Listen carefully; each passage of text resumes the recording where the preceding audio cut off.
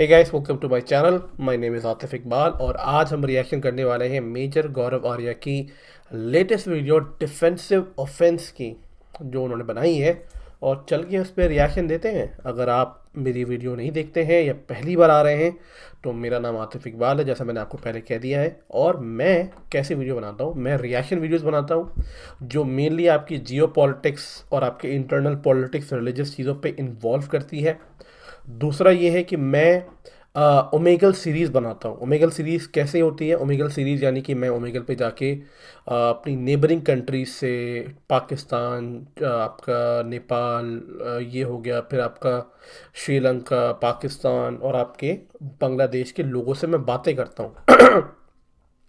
और मेनली मैं उन टॉपिक पे बात करता हूँ जो शायद आप नहीं जानते हैं कि एक बांग्लादेशी, नेपाली, पाकिस्तानी क्या सोचता है। कभी कभी वो लोग बहुत एक्सट्रीम होते हैं, जैसे पाकिस्तान के लोग काफ़ी कहते हैं कि अगर जैसे श्रीलंका वाला इंसिडेंट हुआ वहाँ पे वो काफ़ी फेवर करते हैं कि भैया अगर आगे भी होगा तो हम करेंगे, है ना। जैसे मैं काफ़ी पंजाबी लोगों से बात कर चुका जिन्होंने कहा कि हाँ, बेअदबी करना बिल्कुल सही बात है।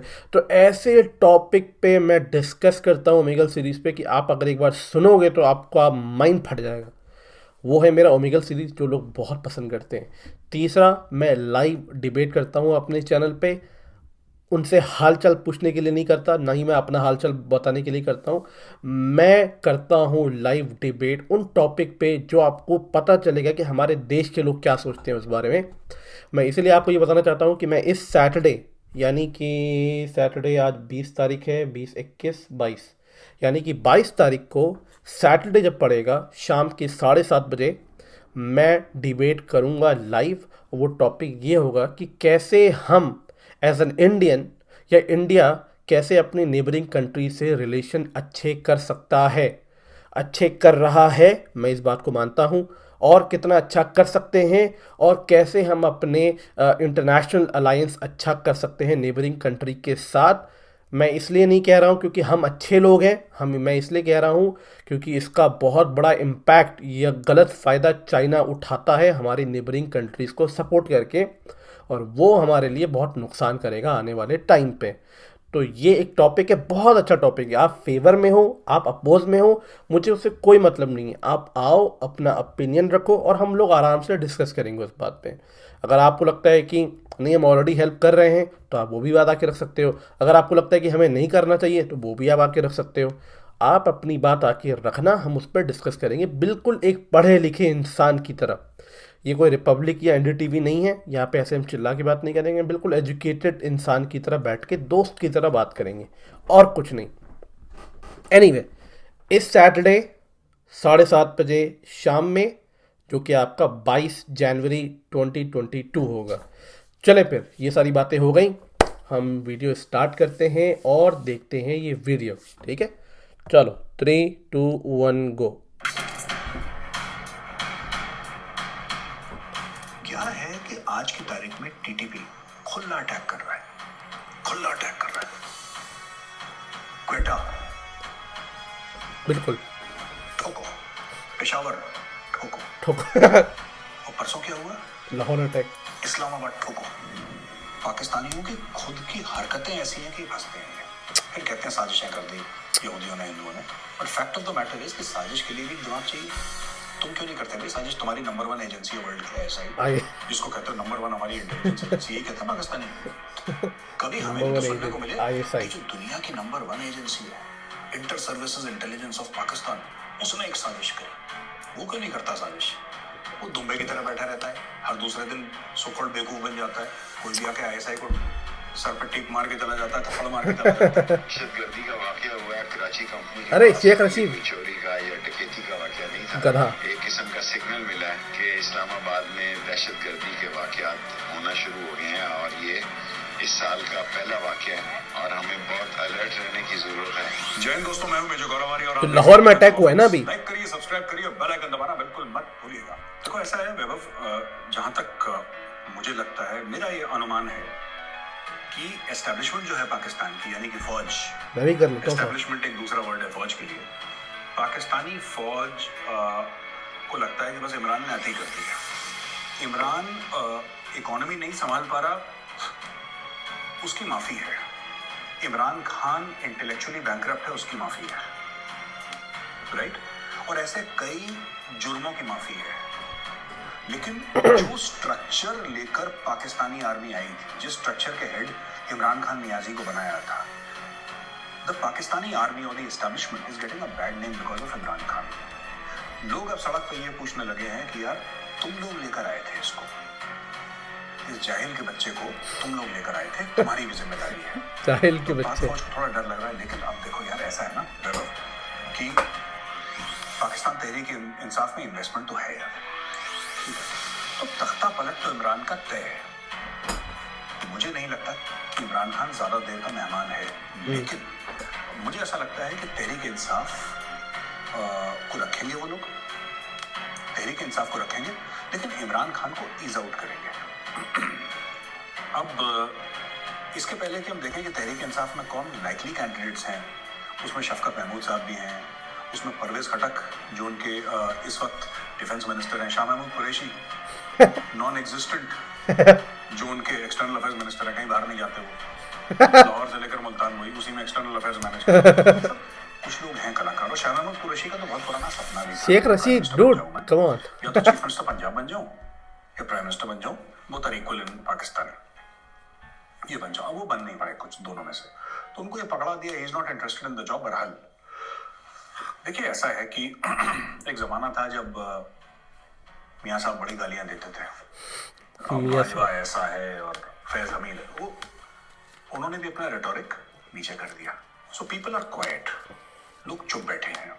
लेकिन शाहिद खाकान अब्बासी जैसे भी लोग हैं जो कह रहे हैं कि साहब हम वो एक्सटेंशन देने का रूल ही हम खत्म कर देंगे, क्योंकि खेल क्या चल रहा है इसमें, अब लोग किस तरीके से लुभाने की कोशिश कर रहे हैं जनरल बाजवा को। 3 जो कलाकारों के हमने नाम दिए थे, शफकत महमूद जो है is a former bureaucrat, right, और तीनों में से शरीफ वही है, इफेक्टिव नहीं है, पॉपुलर नहीं है, पावरफुल नहीं है, लेकिन शरीफ सबसे ज्यादा वही है, प्लायबल सबसे ज्यादा वही है। दूसरी चीज, शाह महमूद कुरैशी पीर साहब है अपने, राइट, और लोटों के बाप। कौन सा ऐसा घाट है जिसका पानी शाह महमूद कुरैशी ने नहीं पिया, राइट, और परवेज खटक वही परवेज खटक है जिसने एक हफ्ता पहले इमरान खान को धमकी दी थी नेशनल असेंबली के फ्लोर में। ये तो इतना पतला सा है, थूक मार उड़ जाएगा। बोला था ना कुछ ऐसे ही, उसने तुम्हें लेकर आया, फिर कहा मैं सिगरेट पीने बाहर चला गया, वहां पे फोन आ गया होगा उसका कि भैया तुम बोल क्या रहे हो। तो ये लोग हैं, अब ये लोग क्या प्रॉमिस कर रहे हैं आर्मी चीफ को, ये कमर जावेद बाजवा को ये प्रॉमिस कर रहे हैं कि जनाब देखो आपको आईएसआई चीफ लेके कौन सा ऑर्डिनेंस चाहिए आप बताइए, और आपकी क्या चॉइस है आप बताइए, इट्स डन, इट्स डन। ये 2-3 महीने का ड्रामा नहीं, 48 घंटे के अंदर जो आप कहेंगे हो जाएगा। ये तीनों के तीनों ने प्रॉमिस करा एस्टैब्लिशमेंट को, आप बताइए आपका हुक्म क्या है। दूसरी चीज, क्या जनरल कमर जावेद बाजवा को 3 साल और का एक्सटेंशन चाहिए, जनाबे वाला आप बताइए, हम आपको फौरन एक्सटेंशन करवाते हैं 48 घंटे के अंदर, कोई दिक्कत नहीं है। Everything in Pakistan is for sale, आप बस हमें पाकिस्तान का प्रधानमंत्री वजीर आजम बना दीजिए, बाकी आपको क्या चाहिए आप बताइए। यही डील मुझे लगता है नवाज शरीफ भी करने को तैयार है। यही डील थोड़ा सा पीपल्स पार्टी जो है भुट्टो की, वो ऊपर नीचे हो रही है। वैसे बिलावल ने भी काफी एस्टैब्लिशमेंट के गाने गाए हैं बीच में, और एस्टैब्लिशमेंट के गाने गाते आया है बिलावल, लेकिन मुझे नहीं लगता कि पीटीआई को हटाएंगे, क्योंकि बहुत ज्यादा इन्वेस्ट कर चुके हैं पीटीआई में। अब अगर बाजवा ने ये बोला, जनरल बाजवा ने, कि पीटीआई को ही हटा दो, नून लीग को ले आओ, पीपीपी को ले आओ, तो फिर लोग उनको बोलेंगे कि यार आप लेकर आए थे, अब आप कह रहे हो इनको हटाओ उनको हटाओ। तो वो लोग क्या करेंगे, कू इनसाइड पाकिस्तान तहरीक इंसाफ।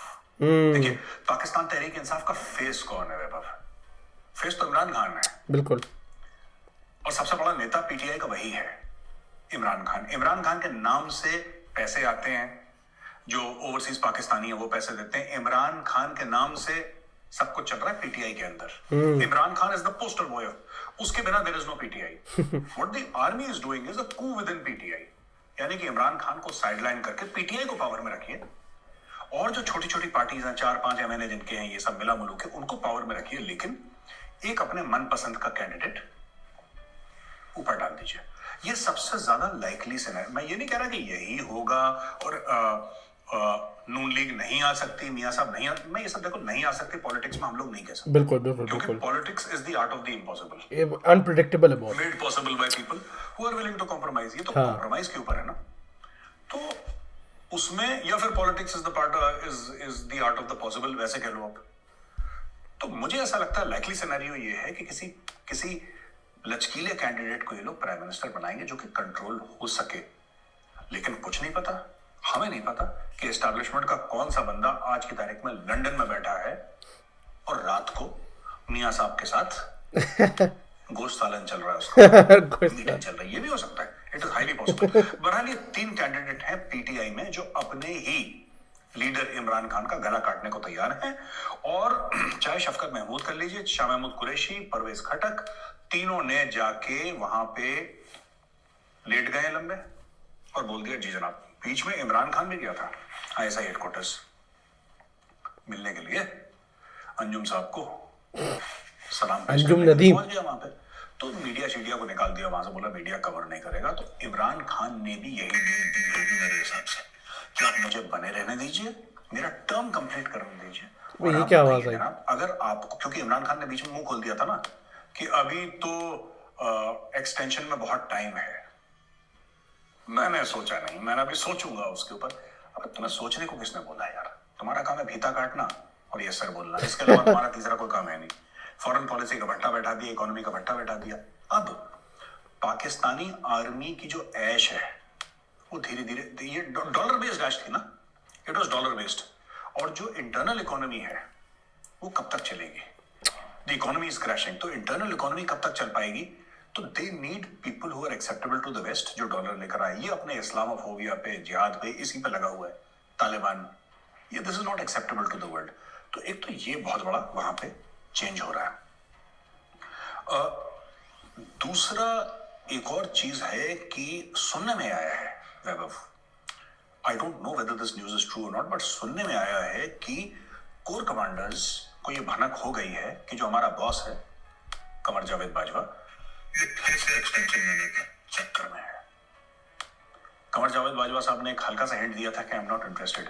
पर यार पाकिस्तान का आर्मी चीफ तो पाकिस्तान का खुदा होता है ना, किसको बुरा लगता है यार? और लीगली आपको 3 साल मिला, पहले आप 2 साल के लिए थे, फिर आपको 3 साल मिला, 5 साल ऐसे हो गए, फिर आपको 3 साल मिला।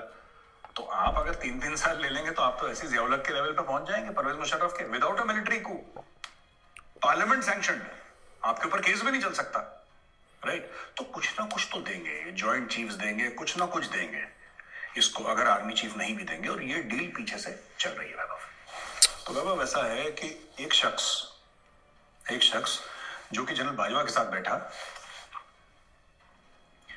उसके सामने जनरल बाजवा ने ये बोला कि यार देखो, मुझे तो एक्सटेंशन का मन है नहीं और मैं इस कंट्रोवर्सी में पढ़ना नहीं चाहता, और मैं अमन और चैन की जिंदगी बिताना चाहता हूं। मेरी उम्र हो गई है, मैं चाहता हूं अपने नाते पोतियों के साथ खेलूं, दादा नाना XYZ में बन चुका हूं, अपने ग्रैंड चिल्ड्रन के साथ खेलूं।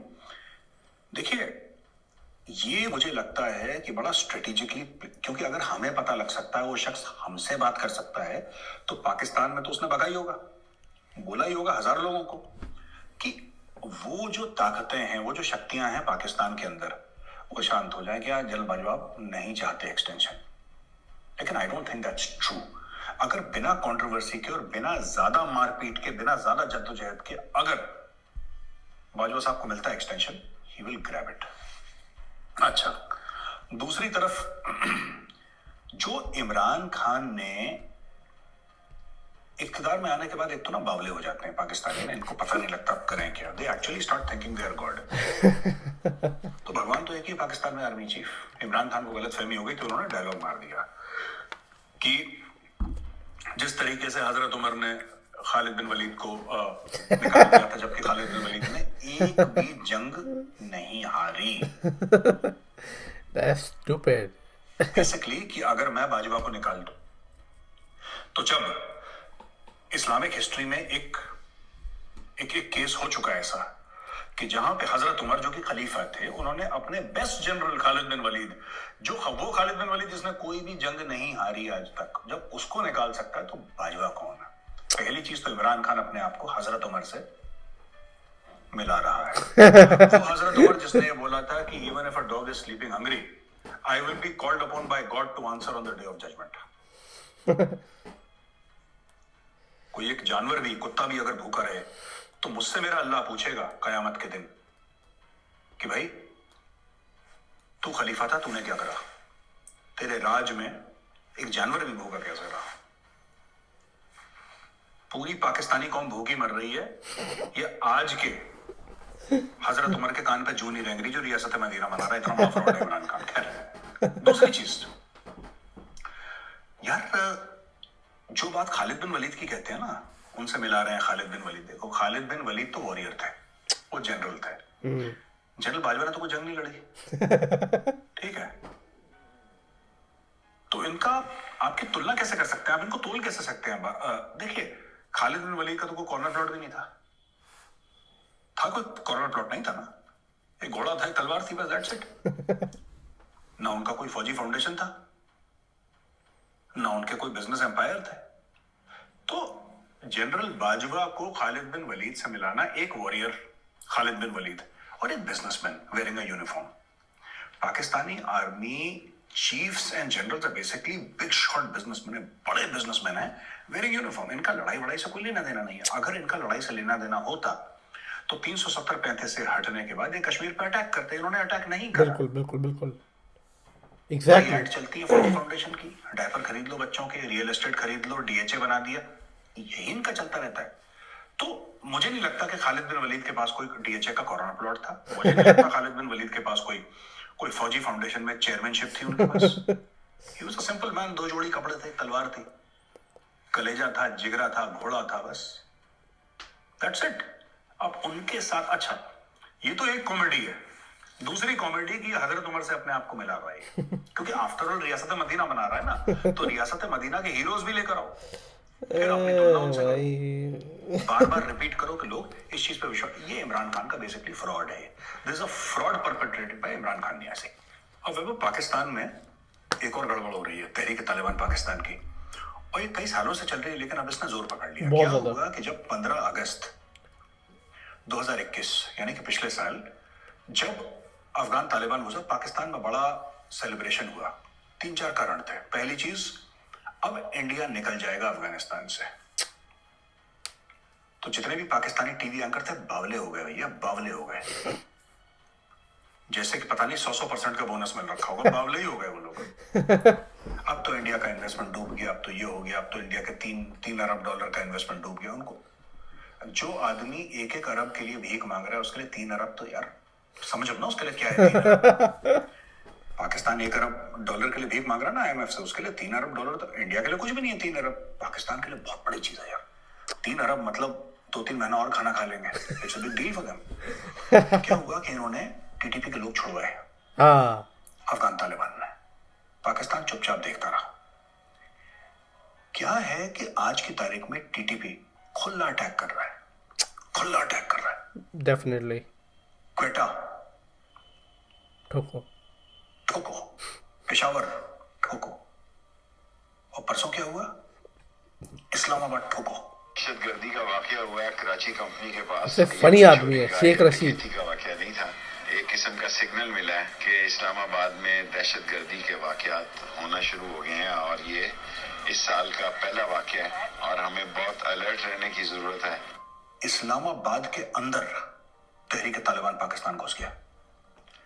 यही तो थी स्ट्रेटेजिक डेप्थ जो अफगानिस्तान चाहता था, जो अफगान तालिबान चाहता था। नाउ दे, आप देखिए ना, अब अगर ये डिप्लोमेटिक एनक्लेव के आसपास अटैक करते हैं तहरीक तालिबान पाकिस्तान वाले, तो पाकिस्तान क्या करेगा? वो तो मरने के लिए आए हैं। It's very difficult to stop somebody who has come to die. Tehrik Taliban वो तो मरने के लिए, वो फिदायीन है ना, मरने के लिए आए हैं। तो पहले तो इंडिया ने कर दिया, इंडिया ने कर दिया, इंडिया ने कर दिया, इंडिया ऐसा करता है, इंडिया वैसा करता है। इन्होंने खूब चूरन खिलाया। एनडीएस और रॉ ने ये कर दिया, और मोसाद भी बीच में, CIA भी बीच में। जिस एंकर ने जिसका नाम सुना, पाकिस्तानी एंकर ना, सबका नाम खूब मीडिया ने उछाला, इनकी सरकार ने भी उछाला। अब तो इंडिया नहीं है वहां पे, अब तो इंडिया नहीं है, क्योंकि इनको आज तक एक बात समझ में नहीं आई। Basically Afghans hate Pakistan. इनको एक छोटी सी बात समझ में, ये सच बात है, ये एक्चुअली फैक्ट है, एक सोशियोलॉजिकल लेवल पे, ये बहुत बड़ा सच है। That is very Afghan true. Dislike Pakistan एक बड़ा बेस लेवल पे उनके लिए हेटरेड है वहां पे। ये सच बात है। एक अब टीटीपी अटैक कर रही है, ये भागे तो भागे कहां पे, ठीक है। और अब इनसे अभी तक और ज्यादा देर तक अछूता नहीं रहेगा पंजाब। अगर कोई ये सोचे कि साहब कि पंजाब में टीटीपी क्यों, खुल के 17 या 18 तारीख को ये लोग जब गए थे मौलाना अब्दुल अजीज लाल मस्जिद सलवार पहन के भागा था एक बार, जब पाकिस्तानी आर्मी ने अटैक सलवार पहन के भागा था मौलाना। वो आदमी पागल है वो आदमी। मौलाना ने साफ बोला था, हाँ मैंने देखा था, पाकिस्तानी तालिबान आएंगे तब हम देखेंगे। हाँ ये वीडियो मैंने देखी थी। तो पाकिस्तान जो Tehrik Taliban Pakistan which is essentially a Pashtun outfit, क्योंकि ज्यादातर उसमें पश्तून है। Similarly for Islamic State Khorasan chapter, similarly for Tehrik Taliban Pakistan, similarly for Afghan Taliban, ये बेसिकली पश्तून आउटफिट्स हैं। लेकिन उनके लिए पंजाब में बहुत ज्यादा सपोर्ट है।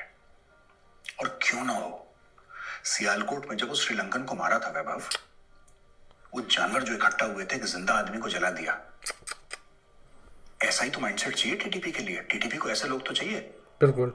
अगर आप उनको बोल दें कि जिहाद के नाम पर 10 लोगों को काट दो, खुशी खुशी पंजाब में ऐसे करोड़ों लोग हैं जो काट देंगे, करोड़ों सच लोग बात हैं है जो काट देंगे। तो टीटीपी अगर घुसेगा, और पंजाब में घुस चुका है टीटीपी, पाकिस्तानी पंजाब में, they will find massive people who सब। यार देखो स्ट्रीट पावर कितना है अब्दुल अजीज का, ये बताओ पहले। क्या स्ट्रीट पावर है उस बंदे का? उसका जबरदस्त स्ट्रीट पावर है। मौलाना फजलुर रहमान फिर भी उतना रेडिकल, उतना एक्सट्रीम नहीं है। नेशनल असेंबली में बैठ चुका है, कश्मीर कमेटी का चेयरमैन था, भारत आ चुका है, घूम चुका है दुनिया, ठीक है, एजेंसीज का आदमी है, ठीक है, एस्टेब्लिशमेंट का आदमी है। But the fact of the matter is TTP is uncontrollable. और जब भी पाकिस्तान ये सोचता था कि हम अब तो टीटीपी रुक जाएगा, टीटीपी क्या रुक जाएगा, अफगान तालिबान की तो शह है पूरी। भाई वो प्लान कहां से कर रहे हैं? बिल्कुल, वो प्लान कहां से कर रहे हैं? तालिबान अफगानिस्तान के अंदर बिल्कुल। से। और जो इनके बीच में सीज फायर हुआ था, जो अफगान तालिबान ने ब्रोकर करा था between the Tehrik Taliban Pakistan and the Pakistani state, उसकी लोकेशन क्या थी? That was Afghanistan. अफगान तालिबान ने बोला आप अफगानिस्तान के अंदर आओ, ये लोग अफगानिस्तान के अंदर आए, वहां पे इनकी 1 महीने के लिए सुलह करवाई गई थी। इसका क्या मतलब है कि अफगान तालिबान काफी हद तक टीटीपी को कंट्रोल करता है। बिल्कुल, पहली चीज। और उन्होंने वो भी तो करा था, एक उन्होंने कसम खाई थी कि हम उसको अपना वो मानते हैं और अपना खलीफा लीडर मानते हैं तालिबान को। ये टीटीपी वालों ने, हमने शायद वीडियो भी दिखाया था एक का, कि वो टीटीपी वाले कसम खा रहे हैं कि उसको अपना लीडर मानते हैं, और उन्होंने कुरान शरीफ के ऊपर कसम भी खाई थी और ये सब। तो यार ये जो बातें हैं ना वैभव, ये पाकिस्तान के लिए, अब पाकिस्तान क्या करे पाकिस्तान? अब ये फंस गया, क्योंकि इन्होंने चाइनीज को भी झूठ बोला था कि चिंता मत करो, अफगान तालिबान हमारी पीछे वाली जेब में है, बटुए से निकाल के तुम्हें पकड़ा देंगे, तुम लूट लो अफगानिस्तान, हम हैं यहाँ पे। अब चाइनीज को भी चूना मार दिया पाकिस्तानियों ने, चाइनीज से भी पैसे ले लिए, उनको भी डिलीवर नहीं कर पाई है। तो यार ये सब चल रहा है। और मैं आपको बता दूं, सीपैक इज डेड। ये तो है वैभव, मैं बता रहा हूँ, हमने सोचा नहीं था कि हम इस मामले पे डिस्कस करेंगे, लेकिन क्योंकि रेलेवेंट है इसलिए बोल रहा हूँ, सीपैक इज डेड। सीपैक पे काम नहीं हो रहा है, सीपैक मर चुका है। अब चाइना बहुत ज्यादा अगर पैसे फेंक दे और उसको दोबारा जिंदा कर दे तो कर दे, मुझे नहीं लगता कि सीपैक अब जिंदा हो पाएगा। आखिरी सांसें ले रहा है या खत्म भी हो चुका है सीपैक। झूठ में बोलते ना पाकिस्तानी बहुत कि सब चल रहा है और दूध और शहद की नदियां। भाई अगर सीपैक इतना कामयाब है और दूध और शहद की नदियां, तो तुम $1 अरब के लिए भीख क्यों मांग रहे हो सबसे? भाई बिल्कुल, एग्जैक्टली। सीपैक तो वो था कि लोग फिर पाकिस्तानी पासपोर्ट ढूंढते, पाकिस्तानी शहरियत लेने के लिए आते। $1 मिलियन में तुम अपनी शहरियत बेच रहे हो। $1 मिलियन कितना होता है? 7.5 करोड़ हिंदुस्तानी, या 15 करोड़, 16-17 करोड़ पाकिस्तानी। 17 करोड़ पीकेआर में आप अपनी शहरियत बेच रहे हैं, और फिर आप ये चाहते हैं कि दुनिया ये बिलीव करे, दुनिया ये माने, दुनिया इस पे यकीन करे कि सीपैक बढ़िया चल रहा है और सब कुछ धनाधम मस्त कलंदर हो रहा है। सीपैक में हो रहा है तो तुम $1 अरब के लिए भीख क्यों मांग रहे हो दुनिया से? आईएमएफ के सामने आईएमएफ के तलवे क्यों चाट रहे हो भाई? बिल्कुल। Why are you begging in front of IMF? CPEC तो भाई शहद और दूध की नदियां बहाएगा। सीपैक चाइनीज था, ये सब पहले हिंदुस्तान की साजिश है, हिंदुओं की साजिश है, यहूदियों की साजिश। ये साजिश का चूरन खिला के अपने लोगों को, पढ़ाई लिखा वैसे कम है पाकिस्तानी, तो उन्होंने लोगों को, जाहिल लोगों, उन्होंने चूरन खिला दिया। मैं वही कह रहा हूँ, देखो बात यह है ना कि जैसा आप कह रहे हो वैभव की $400 अरब का इन्वेस्टमेंट उन्होंने ईरान में करा है, ये सोच रहे हैं, एमओयू साइन करा है, कॉन्ट्रैक्ट अभी बनेंगे तब कुछ होगा। अगर इतना कामयाब होता सीपैक तो चाइनीज वहां पे 400 अरब क्यों डालते? चाइनीज तो $1 नहीं डालता कहीं पे जहां पे उसको $2 का बिल्कुल बिल्कुल बिल्कुल। क्यों डाला उसने? उसको पता है पाकिस्तानी फौज ने और पाकिस्तानी सरकार ने 3 चीजें करी हैं जिसकी वजह से सीपैक, ये बोलते हैं यहूदियों की साजिश है, जो झूठ बोलते हैं अपने लोगों को। लोग वैसे पढ़े लिखे कम है वहां पे, तो कुछ भी उनको चूरन बेचो खा लेते हैं वो साजिश के नाम पर। सच्ची बात यह, पहली चीज, पाकिस्तान में नाअहली है और नालायकी है। उनको हजम नहीं होगा, उनको घी हजम नहीं होता पाकिस्तानियों को। They are unable to execute. उन्होंने करा ही नहीं है, पहली चीज। दूसरी चीज, रिटर्न ऑन इन्वेस्टमेंट नहीं है पाकिस्तान में। आप पैसे डाल रहे हैं, आपको रिटर्न चाहिए, आपको नहीं मिलेगा। और तीसरी चीज, मेन थिंग, सिक्योरिटी इश्यूज है यार। देखो चाइनीज को भी पता है, आप कह सकते हैं हिंदुस्तान की साजिश है, रा ने ये करा था, रा ने बम फोड़ा। चाइनीज को नहीं पता। चाइनीज की दुनिया भर की सैटेलाइट्स हैं, चाइनीज का इंटेलिजेंस हर जगह फैला हुआ है, उनकी एजेंसीज हैं आईएसआई से 1000 गुना ज्यादा अच्छी और इफेक्टिव, और दुनिया भर में फैली हुई, और दुनिया भर का बजट। अगर हिंदुस्तान कुछ ऐसा कर रहा होता ना, ये चाइनीज इंजीनियर दासू डैम पे मार रहा होता, तो चाइना का चुपचाप से इंडिया को कॉल आ जाता कि बस हमारे बंदों को हाथ मत लगाओ, फिर उसके ऊपर बात होती। चाइनीज को भी पता है झूठ बोल रहे हैं, चाइनीज को पता है पाकिस्तानी झूठ बोल रहे हैं। ये सच बात है। इंडिया को बोलता, वो कुछ ना कुछ तो बोलता। बिल्कुल एग्जैक्टली। अपने जाहिल जो आवाम है उसको कि यार देखो तुम्हारी जेब में करोड़ों रुपए होते, वो तो हिंदुस्तान ने साजिश कर दी बस। और साजिश ऐसा चूरन है पाकिस्तान में, फाफड़ बिकता है, वो बिक रहा है। बहुत सही बात कही है। मैटर इज सिंपल, ना रिटर्न ऑन इन्वेस्टमेंट है, ना सीपैक का कोई फ्यूचर है, क्योंकि they are inefficient and corrupt. Pakistanis inefficient, एक तो लालची है, वो अलग बात, वो नालायक भी है, काम आता ही नहीं है। यार उनका कूड़ा उठाने का, जो रबिश उठाने का जो कॉन्ट्रैक्ट है, वो तो उन्होंने टर्किश कंपनी को। जो इंसान अपने शहरों का कूड़ा ना उठा सके वो क्या सीपैक करेगा, राइट? और आखिरी चीज, टेररिज्म इतनी ज्यादा है, ये सब सांप किसने पाले हैं? और कब तक हिंदुस्तान को, इजराइल को, अमेरिका को दोष दोगे? Fact of the matter is कि तहरीक तालिबान पाकिस्तानी है ना, उनका नाम में पाकिस्तान लिखा है। तहरीक तालिबान इंडिया तो नहीं है, वो बिल्कुल पाकिस्तानी है। तुम्हारे शहरी तुम्हें मार रहे हैं, ब्लेम करते रहो, उंगली उठाते रहो, भारत ने ये करा, हिंदुओं ने ये करा, यहूदियों ने करा, बोलते रहो। China is not fooled, Chinese people are businessman Vaibhav, उनको पता लग गया झूठ बोल रहे हैं, उनको पता लग गया झूठ बोल रहे हैं, उन्होंने टाइट कर दिया इनको। इमरान खान बोल रहा है मैं बीजिंग जा रहा हूं, अभी तक वेलकम का मैसेज नहीं आया चाइना से, अभी तक वेलकम का मैसेज नहीं आया। जैसे होता है ना, जो कोई बंदा बोलता है कि कोई हेड ऑफ स्टेट बोलता है कि भाई I am going to that country, तो वहां से आता है कि you are immediately within 24-48 hours 72 hours वहां से दूसरे मुल्क से अभी तक मैसेज नहीं आया वहां। तो दे नॉट वेलकम। क्या करेंगे चीन जाके, क्या करेंगे? शी जिनपिंग के साथ चाय पिएगा, ठीक है, बोलेगा पैसा दे दो। क्या पाकिस्तान चाइना के फायदे की बात कर पाएगा? क्या पाकिस्तान चाइना को फायदा दे सकता है? सिर्फ जमीन दे सकता है अपनी, उसके पास कुछ है नहीं, कोई प्रोडक्ट नहीं है, कोई इंडस्ट्री नहीं है, कोई फाइनेंस नहीं है, कोई टेक्नोलॉजी नहीं है, कुछ भी नहीं है। पाकिस्तान सिर्फ ये कहेगा कि जी साड़ी जमीन है, ले लो, दैट्स इट। ये जमीन है ले लो, ये सीपैक की जमीन है ये ले लो, ये एयरपोर्ट ले लो, ये ले लो, कुछ पैसे दे दो, दैट्स इट। वो जमीन बेच के पैसे लेने वाला मामला है, that's it. Pakistan it's a dead horse and the world has lost all hope. आखिरी चीज एक बताना चाहूंगा मैं, उसके बाद we can go to another this thing. Pakistan ने बहुत पैसा कमाया है ये बोल के कि हम लोग न्यूक्लियर पावर हैं और कश्मीर के चलते वॉर हो सकता है, कश्मीर के चलते न्यूक्लियर जंग हो सकती है, एटमी जंग हो सकती है। ये पाकिस्तान ने ये भी चूरन बहुत लोगों को बेचा है भाई, बहुत लोगों को बेचा है। अब लोगों ने बोला यार जंग होती हो, हमारे पास मत आओ, तुम लोग जंग की धमकी देके भीख मांगते रहते हो। ये एक्सटॉर्शन रैकेट है पाकिस्तान का। ये पाकिस्तानी कौम को तो मैं गलत नहीं बोलूंगा, पर पाकिस्तानी फौज का, पाकिस्तानी सरकार का बार बार पे ना, ये बिरला मंदिर की घंटियां नहीं बजेंगी, घंटियां तो बोले, बिरला मंदिर की घंटियां नहीं बजेंगी, घंटियां। ये सब टैक्टिक्स है पाकिस्तान की। घंटियां। दुनिया को खौफजदा कर दो, दुनिया को डरा दो, कैरियर। दुनिया को ये बोल दो कि यार कश्मीर के मामले में कुछ ना कुछ करो तुम, वरना भारत और पाकिस्तान के बीच में जंग होगी, और क्योंकि दोनों एटॉमिक पावर है तो हो सकता है एटॉमिक जंग हो जाए। अब दुनिया ने they have called that bluff. India ने तो पहले ही बोल दिया कि हमें कोई फर्क नहीं पड़ता। अब दुनिया ने भी बोल दिया यार तुम्हें बकवास करनी है, तुम लोग बकवास करते हो, तुम लोग बकवास करो, तुम्हारी बात को कोई सीरियसली नहीं लेता है। तो पूरे पाकिस्तान को उन्होंने अलग कर दिया। That is the truth of Pakistan. Moeed Yusuf कहता है कि मैं तालिबान के पास इसलिए नहीं जा पाया क्योंकि बर्फ गिर गई। मतलब सिर्फ अफगानिस्तान में बर्फ गिर रही है, बर्फ तो श्रीनगर में भी गिर रही है। फ्लाइट जा रही है कि नहीं जा रही? बिल्कुल फ्लाइट जा रही है, आप बुक करिए। दिन में 10 फ्लाइट जाती है, श्रीनगर 15 फ्लाइट जाती है, जाओ। रशिया में बर्फ गिर रही है, लंदन में बर्फ गिर रही है, दुनिया में बर्फ गिर रही है। Nobody wants to entertain them यार, nobody wants to entertain them. ये लोग देखो, आपने कभी देखा है तालिबान के किसी भी स्पोक्स पर्सन को ये बोलते हुए? स्पोक्स पर्सन क्यों बोले, स्पोक्समैन बोलते हैं, वहां पे वुमेन का तो रोल ही नहीं है ना, तो न्यूट्रल क्यों हमें यूज करना? Let's be honest with Taliban at least. Spokesman, he is the spokesman of Taliban. Man ही होगा, वुमेन तो होगा नहीं वहां पे। तो स्पोक्समैन तालिबान का कहता है भाई हमने तो कभी आपसे नहीं बोला कि हमें पैसा दे दो, हमें एड दे दो, हमने तो कभी भीख नहीं मांगी। ये खुद ही तालिबान के लिए भीख मांग रहे हैं।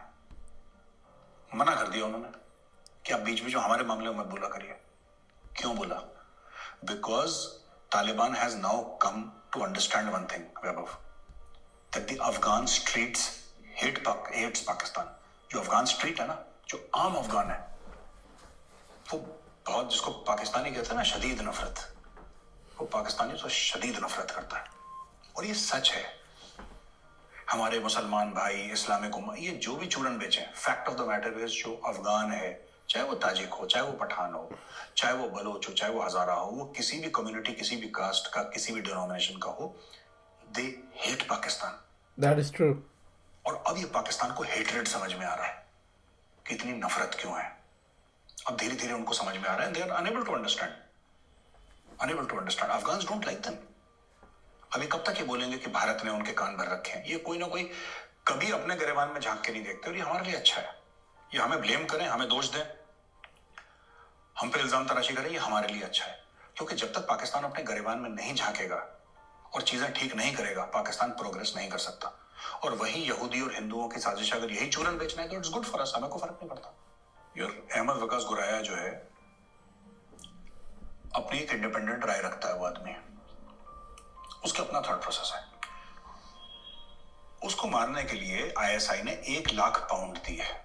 1 लाख पाउंड कहां से है मुझे नहीं पता, बेचा बेचा होगा इन्होंने कोई जमीन का टुकड़ा चाइनीज को। 1 लाख पाउंड दिए अहमद वकास गुराया को मारने के लिए।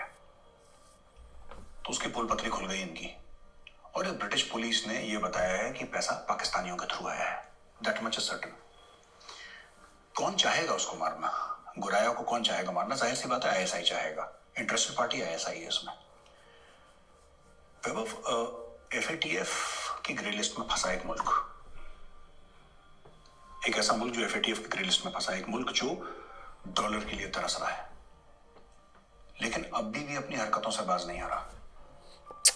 और मुझे ऐसा लगता है कि इंडिया पूरा इस्तेमाल करेगा ये गुराया वाला केस, और इसका भी डॉजियर जो है एफएटीएफ के पास और यूनाइटेड नेशंस के पास आएगा। क्योंकि जिस चंगुल में पाकिस्तान फंसा है, इसको फंसाने की जरूरत नहीं है। ये जो कहते हैं ना इंडिया ने हमें एफएटीएफ में फंसाया है, इंडिया ने नहीं फंसाया, उनकी हरकतों ने कोई फंसाया। किसी मुल्क को नहीं फंसा सकता यार। कोई आपको और मुझे कैसे फंसा देगा जब तक हम बेवकूफ ना हो?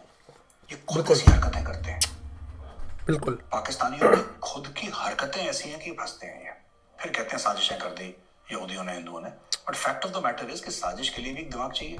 बिल्कुल। तुम क्यों नहीं करते भाई साजिश? तुम्हारी नंबर 1 एजेंसी है वर्ल्ड की, जिसको कहते हो नंबर 1 हमारी इंटेलिजेंस एजेंसी, यही कहते हैं पाकिस्तानी। कभी हमें भी तो सुनने को मिले कि जो दुनिया की नंबर 1 एजेंसी है, inter services intelligence of Pakistan, उसने एक साजिश करी।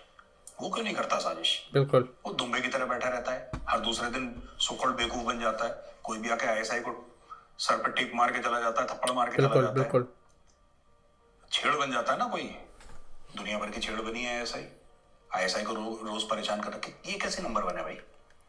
आप जरा बोले आईएसआई को इतनी तनख्वाह वनख्वाह ले रहे हैं लोग, इतना बड़ा स्ट्रक्चर है ना? पकड़े भी जाते हैं ये लोग पकड़े भी जाते हैं। और फिर अपने लोगों को बताने के लिए इसमें हो ना हो इंडिया का हाथ। अब देखो, मैं छोटा सा एग्जांपल दूं, मैंने खुद देखा था, मैं उसका एंकर नहीं पता, पाकिस्तानी लेडी एंकर। मैं कह रहा हूं IQ levels are really low. That is very true. Very smart people. ये सच है, ये सच है। ये चंट है, ये चालाक है, ये अकलमंद नहीं है। They are not intelligent intellectual, they are very ये शार्प। बहुत सही कहा। मैं पाकिस्तानी टीवी प्रोग्राम में देखता हूँ रोज, पाकिस्तानी टीवी यूट्यूब पे लाइव स्ट्रीमिंग रोज वो कह रही है कि हमारे यहाँ पीएसएल में, पीएसएल ही है उनका पाकिस्तान सुपर लीग, उसमें बाहर के खिलाड़ी क्यों नहीं आ रहे? ये पाकिस्तानी लेडी एंकर है, स्पोर्ट्स की जो एक्सपर्ट है सो कॉल्ड, क्यों नहीं आ रहे पीएसएल में बाहर? ये भारत की साजिश है। क्यों भारत क्यों साजिश करेगा? क्योंकि जो वर्ल्ड कप में मैच हुआ था उसमें पाकिस्तान ने भारत की फेंटियां लगाई थी, इसलिए। What the hell? ये दिमाग है इनका, गोबर this is there intellectual depth. गोबर लोग हैं ये। क्योंकि हमने भारत के विकेट ले लिए और भारत को एक हमने वनडे मैच हरा दिया, इसलिए भारत ने साजिश करी है। अरे लोग तुम्हारे यहाँ इसलिए नहीं आ रहे क्योंकि तुम्हारे यहाँ दहशतगर्द है और तुम्हारे पास पैसा नहीं है। पैसा फेंको, तमाशा देखो। बिल्कुल। कौन चाहिए तुम्हें, बताओ कौन चाहिए, बताओ कौन सा सबसे बड़ा प्लेयर है वर्ल्ड में आज की तारीख में? इंडियन तो जाएगा नहीं, खैर कौन सा बड़ा ऑस्ट्रेलिया का प्लेयर है, उसको बोलो कि ये लो $10 मिलियन, एग्जैक्टली 10 बार आएगा। पर पैसा ही नहीं है। तहरीक तालिबान पाकिस्तान, कुछ नहीं है, कोई फर्क नहीं पड़ता, पैसा फेंको। पैसा है नहीं, करवा सकते नहीं लीग अपनी। स्पॉन्सर्स आर स्पॉन्सर कह रहे हैं कि इसमें पैसा ही नहीं है, लेकिन क्योंकि एक मैच में पाकिस्तान ने भारत की फेंटियां लगाई थी इसलिए भारत ने साजिश कर। इनके दिमाग को सलूट है यार, इनके दिमाग को सलूट है भाई। एनीवे, वीडियो ओवर हो गई है। मैं यहाँ पे अपनी कुछ बातें रखना चाहता हूँ इस चीज़ को लेके। मैं मेजर गौरव आर्य की तरह एक्सपर्ट तो नहीं हूँ, पर मैं यहाँ पे दो चीज़ कहना चाहता हूँ। पहली चीज़ ये है कि मैं पाकिस्तानी लोगों से काफ़ी क्लोज़ रह चुका हूँ, क्योंकि मैं यूएस के अंदर काफ़ी जगह मैंने ऐसी जगह काम करी है जहाँ पे पाकिस्तानी लोग भी होते हैं। और मैंने उनसे हमेशा एक सवाल करा, और ये सवाल मैंने ओमेगल पे भी करा है पाकिस्तानी लोगों से। और ये सच बात है कि पाकिस्तान के अंदर पाकिस्तानी आर्मी को भगवान मानते हैं ये लोग। ये सच बात है, ये सर पे रख के पूछते हैं। मैंने एक डॉक्टर थे पाकिस्तानी यूएस के अंदर, मैंने उनसे बोला कि यार मतलब आपको अच्छा लगता है कि आपकी country will be ruled by आर्मीज and run by आर्मीज? तो कहते हैं कि हाँ, हम तो बिल्कुल सपोर्ट करते हैं। तो मैंने कहा भाई क्यों, मतलब कि then don't you guys need democracy? तो उनके ये शब्द थे, उनके ये अल्फाज थे बाय द वे। उन्होंने कहा कि अगर पाकिस्तान के अंदर पाकिस्तानी आर्मी पाकिस्तान को रूल नहीं करती तो इंडिया कब का पाकिस्तान को खा चुका होता। ये उन्होंने कहा था अपने मुंह से, अपने ज़ुबान से। Like okay, what the fuck. क्योंकि अगर इंडिया को खाना होता पाकिस्तान को तो 1971 वॉर के अंदर इंडिया काफ़ी ज़्यादा अंदर घुस गया था। वो चाहता तो वो सारा एरिया कैप्चर कर लेता, पर इंडिया के अंदर लॉयल्टी थी, एथिक्स थे, मोरल वैल्यू थे, वो वापस आ गया। उसने कहा कि नहीं भैया, हमको नहीं करना कैप्चर। इंडिया काफ़ी अंदर घुस गया था पाकिस्तान के। बट दैट्स अ रियलिटी जो लोग मानना नहीं चाहते हैं, मतलब कि बगैर सर पैर के ये लोग बोल देते हैं। तो ये सच्चाई है, ये मैंने खुद पाकिस्तानियों के मुंह से सुना है, पाकिस्तानियों से मैंने ओमेगल ने बात करा है। ये लोग किसी भी पार्टी को उतना नहीं मानते जितना पाकिस्तानी आर्मियों को मानते हैं, and they are loved, they love Pakistani army, which is very very much fucked up. Anyway, दूसरी चीज़, ये बात भी सच है कि अफ़गानिस्तानी लोग पाकिस्तानियों को पसंद नहीं करते हैं। मेरे चैनल पे ओमेगल सीरीज़ में कुछ ऐसे ओमेगल वीडियोज़ है जहाँ पे मैंने अफ़गानिस्तानी लोगों से बात करा है, और मेरे पास आई थिंक 2-3 वीडियो है अफ़गानिस्तानी की जो मैं डालूंगा कभी टाइम मिलेगा तो, जिस पे उन्होंने खुद कहा है कि हम पाकिस्तान को पसंद नहीं करते, हम चिढ़ते हैं उनसे। जी, ये सच बात है। और मैं काफ़ी अफगानिस्तानी से, एक दो से अमेरिका की बात करा था, पर ज़्यादातर ओमेगल में मैंने बात करा है। They hate Pakistani. एक अफगानिस्तानी लड़का पाकिस्तान के अंदर रह के कह रहा था कि हमें पाकिस्तान पसंद नहीं है। तो ये सच्चाई है। क्या 100% नहीं, 100% नहीं, कुछ लोगों के अंदर चूरन होता है कि भाई पाकिस्तान के लोग ये मुस्लिम है, अफगानिस्तानी ये मुस्लिम है, तो वो मुस्लिम के नज़रिए से भाई भाई मानते हैं एक दूसरे को। पर एक बहुत लार्ज नंबर अफगानिस्तानी हैं जो कि पाकिस्तानियों से चिढ़ते हैं बिल्कुल। वो कहते हैं कि उन्होंने हमारे मुल्क को बर्बाद किया है। काफ़ी अफगानिस्तानी ये भी मानते हैं कि पाकिस्तान का सबसे बड़ा रोल है तालिबान का टेक ओवर करने में अफगानिस्तान के अंदर। और काफ़ी लोग तो ये भी मानते हैं कि जो अफगानिस्तान के अंदर पंजशीर एरिया है वो मूवमेंट पाकिस्तान उसको दबाना चाह रहा है तालिबान की मदद करके। ये भी काफ़ी लोगों अफगानिस्तानियों ने ये बातें मुझे बताई हैं। ये मैंने कोई बातें नहीं बताई हैं, क्योंकि मैं इंडियन पॉलिटिक्स में इंटरेस्टेड रखता हूँ, अफगानिस्तानी पॉलिटिक्स में नहीं, और इंडियन नेबरिंग पॉलिटिक्स में इंटरेस्टेड रखता हूँ मैं। ये बातें मुझे खुद अफगानिस्तानियों के मुंह से सुनने को मिली है भाई। तो ये मेजर गौरव आर्य ने बिल्कुल सही कहा, Afghanistani don't like Pakistani, which is the fact. कुछ लोग होते हैं जो कहते हैं अरे हम मुसलमान हैं तो भाई भाई, पाकिस्तान अफगानिस्तान भाई भाई, but majority of them they hate Pakistani. ये भी सच्चाई है। तीसरी सच्चाई मैं आपको बताना चाहता हूँ, मैंने आई थिंक कल अपनी वीडियोस में ये बात खुद बोली थी, इनकी वीडियो आई भी नहीं थी तब तक मेजर गौरव आर्य की, कि पाकिस्तानी लोगों के अंदर इंटेलेक्चुअल लेवल की बहुत कमी है। ये लोग जब बोलते हैं तो इनके अंदर बिल्कुल भी क्या कहते हैं, एक एजुकेशनल इंस्टीट्यूशन देखने को नहीं मिलता आपको। बहुत ही ज़्यादा गधे लोग हैं। जैसे कि मेजर गौरव आर्य ने एक बहुत अच्छी बात कही कि भाई अगर इंडिया इन्वॉल्व होता, चाइना की एजेंसी ऑलरेडी बहुत अच्छी है, वो सीधा कह देती है इंडिया को भैया क्यों कर रहे हो ये सब। और चाइना वैसे ही हरामी एक नंबर का, वो जाके ऑलरेडी मीडिया में फैला देता है कि इंडिया का इन्वॉल्वमेंट है इसके अंदर, पर चाइना ने कभी ऐसी बात नहीं कही। And that is true. अगर ये मेजर गौरव आर्य को पता है, इंडिया के लोगों को पता है, पाकिस्तानी लोग इतना दिमाग नहीं लगा सकते भाई। यहाँ पे ऐसा नहीं हो रहा, यहाँ पे एजेंसियां हैं वो जो आप जानते भी नहीं होंगे। तो that is very much absurd. और जैसे कि मैंने कल 2 पाकिस्तानी पब्लिक रिएक्शन वीडियो डाली थी, मुझे लगा कि यार ये कैसे लोग हैं, गधे लोग हैं। मतलब ना ही उनके आंसर में इंटेलेक्चुअल दिखता है आपको, ना ही उनके बॉडी लैंग्वेज में आपको इंटेलेक्चुअल दिखता है। बहुत ही अपसर्ड लगता है। इसीलिए मैं कहता हूँ कि जब मैं अपने अपने चैनल पे लाइव डिबेट करता हूँ, मुझे वहाँ पे लगता है कि इंटेलेक्चुअल टपक रहा है लोग। मैं ये नहीं कह रहा सारे लोग ये स्मार्ट होते हैं, पर मेरे लाइव पे 90% से ज़्यादा लोग जो आते हैं बड़े इंटेलेक्चुअल होते हैं, बहुत ज़्यादा इंटेलेक्चुअल होते हैं। वो रिलीजन को साइड रखते हैं और एक अपना पर्सपेक्टिव रखते हैं चीज़ों को लेके, और दैट्स आर जस्ट अमेजिंग। ऐसा ही मैं एक लाइव करने वाला हूँ सैटरडे को शाम के 7:30 बजे, यानी कि 22 जनवरी 2022 को। कितने बजे? शाम के 7:30 बजे। कि कैसे हम एज एन इंडियन अपनी नेबरिंग कंट्री से रिलेशन अच्छा कर सकते हैं पाकिस्तान को हटा के, क्योंकि उनका तो गया, उनसे तो उम्मीद ही करना बेकार है, जिसमें से बांग्लादेश, नेपाल एंड श्रीलंका आता है। तो ये आप ज़रूर जुड़िएगा, आपकी बात सुन के मुझे बहुत मज़ा आएगा। ओवरऑल जो वीडियो थी मेजर गौरव आर्य की, मुझे बहुत अच्छी लगी। और सबसे लास्ट पॉइंट, पाकिस्तान खुद अपने आप को गड्ढे में गिराता है। अभी देखा जैसे कि अमेरिका में टेक्सास के अंदर कुछ पाकिस्तानियों ने सिनेगॉग में जाके उनको लोगों को बंदी हॉस्टेज बना लिया था, उनसे कहा कि आफिया सिद्दीकी को रिलीज़ करो। क्या हुआ? मार दिया उनको। पाकिस्तानियों की इमेज ख़राब हो गई। That is very absurd. जबकि वो एक ब्रिटिश पाकिस्तानी थे, पर थे एट द एंड में Pakistani, by the way, which is very absurd. वो लोग ब्रिटिश सिटीजन थे, but they were Pakistani by the way. तो ये आपको देखने को मिलता है कि अपना नाम बदनाम हो रहा है उनका। दे जस्ट डम एज हेल। हर बात पे इंडिया को ब्लेम करना, हर बात पे इंडिया, दैट्स वेरी अपसर्ड। तो ये है। बाय द वे, इसी वीडियो के टाइम, कुछ टाइम पहले मुझे न्यूज़ मिली है कि लाहौर के अंदर बॉम्ब ब्लास्ट हुआ है, जो कि मैं वीडियो डालने वाला हूँ इसके बाद, वर्ल्ड अफेयर की, है ना। तो वो मैं डालने वाला हूँ 3-4-5 घंटे के बाद, है ना। तो वो आप देखना, वर्ल्ड अफेयर की। ये वीडियो मुझे बहुत अच्छी लगी, छोटी थी, अच्छी थी, आई लाइक इट। अगर आपको अच्छी लगी तो ज़रूर लाइक करना, कमेंट करके शेयर करना, लोगों से सुन के बहुत मज़ा आएगा। बाकी लोग अपना रिव्यू और रिएक्शन देते हैं, उनकी उनकी आइडियोलॉजी अलग होती है। क्योंकि पाकिस्तान हमेशा एक ही चीज़ कहता है कि इंडियन मुस्लिम परसिक्यूट हो रहा है, इंडियन मुस्लिम दबाए जा रहे हैं। तो मेरी जैसी वीडियोस जो है, आप ऐसे अपने और मुस्लिम दोस्तों में शेयर करो, या अपने लोगों में शेयर करो, ताकि पता चले कि इंडिया का जो एक मुसलमान है, ये मुस्लिम है। मैं अपने आप को मुस्लिम से डिनोट करना पसंद नहीं करता, I like to be called as an Indian. पर ये सच्चाई है कि जब मैं ऐसी वीडियोस बताता हूँ तो मुझे इंडियन मुस्लिम मजबूरन बोलना पड़ता है।